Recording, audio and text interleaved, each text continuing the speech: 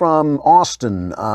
I hear you and the other guys talk about Western philosophy a lot. Do you think Eastern philosophy has any merit, or is it not even worth discussing? No, it's great. I was a practitioner of Zen for a long time. I loved it. It's really interesting to me. One of the things about Eastern philosophy, especially through Buddhism, is its emphasis on rising above. First of all, there's got a lot of great wisdom in it. The Tao Te Ching is one of the great pieces of wisdom literature on earth and sounds very much like the Gospels. The Tao Te Ching is a brilliant, brilliant book. It takes an hour to read, and it's very much worthwhile, full of wisdom. But, there is a strain of quietism in Eastern philosophy, a strain of rising above the suffering of life.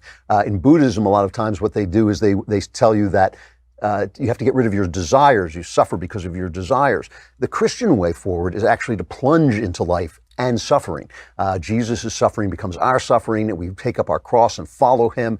We are embracing life and embracing our desires as the salience of our God-given personality. The desires, when I say the salience, that means the outsticking points of our God-given personalities. Our desires may be broken, but still, when we get to our real desires, we find out who we are. And so in Christianity, your desires are not necessarily a bad thing.